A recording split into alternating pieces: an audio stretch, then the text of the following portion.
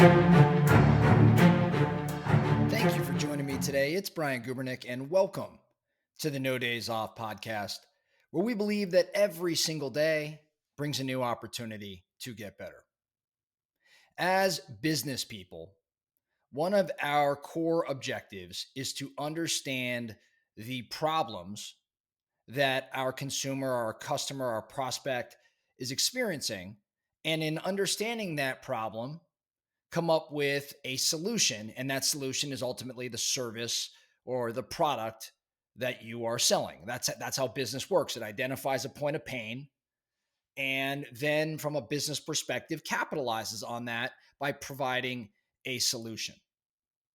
Now, if that's the case, which I believe to be, and I'm assuming you do as well, I think it's really important that we understand how to separate the problem from the cause, right? Because the problem is oftentimes a symptom, right, of a core cause. And we've got to understand the relationship here, especially if our intention is to design a product or a service to address these various problems. We've got to understand what the underlying condition happens to be. So we've got to delineate between the problem from the cause. And I want to give you some things that I've learned and that I think around when I'm separating the two, and then maybe some strategy around how to attack both of them. So first, understand that the problem is what the consumer or the prospect is struggling with. So the problem is what they are struggling with, and I want to emphasize that word what, because the cause is why they are struggling with it. So the problem is what they are struggling with. The cause is why they're struggling with it. The problem is something that they are aware of. Emphasize the word aware. The problem is something that they're aware of. The cause is likely something they're unaware of. The problem is what you address in your marketing or your sales pitch. The cause is what you would address in your teaching. We're going to come back to that one. The problem is what you address in your marketing or in your sales pitch. The cause is what you address in your teaching, in your education. In marketing, if you can help the consumer or your prospect see the impacts, then you could help your consumer, your prospect see the problem. So that people can see the impacts, like what the actual impact is from this problem, then it actually helps them see the problem itself. That's in marketing, that's in sales. If you could help people see the impacts, then you could help people see the problem. But in teaching, if you could help people see the cause, then you could help people solve the problem. Stick with me here, okay? So let's go through some problem versus cause analysis. I'm going to give you some problems, and then I'm going to give you the underlying cause, things that we are aware of or we see regularly or we're experiencing personally. I'll give you an example. A problem is procrastination.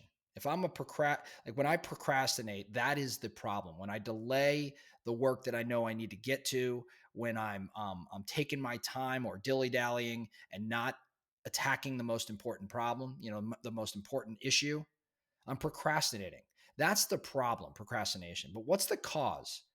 The cause of procrastination is really more oftentimes than not just distraction.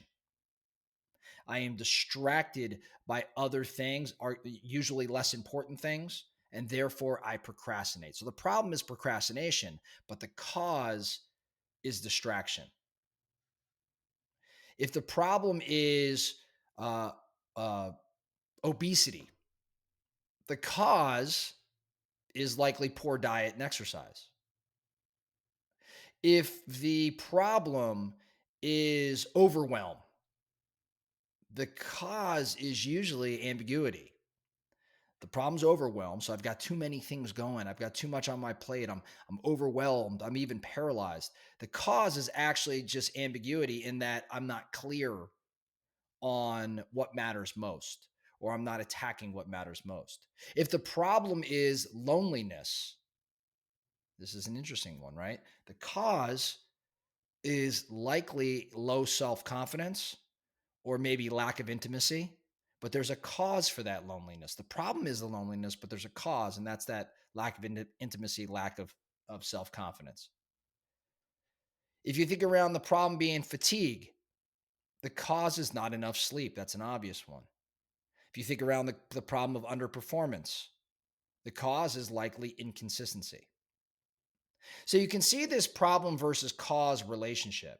And I wanted to just call it out today because I think it's important that as business people, we analyze what's the real problem, but what's the underlying cause. And when we can figure out the problem, design products and services for that, we might be, coming up with a great product or service that addresses something at a solid level. But if we understand the cause, and that's in fact what we're teaching around, there's potentially an even greater opportunity. So, just something for you to think around as you think about problem versus cause. Oftentimes in business and in leadership, we go after the problem and we're not always as effective as we wish we could be. But the reality is we're not as effective because we're only getting something at, a byproduct. We're getting a symptom, but we've got to really focus on the cause. So the focusing question for you, are you spending enough time analyzing problem versus cause? Are you capitalizing on problems, but understanding the bigger opportunity may be in solving for the cause? That's all I have for you today, the No Days Off podcast. Thank you so much for listening. And remember, every single day brings a new opportunity to get better. So let's get out.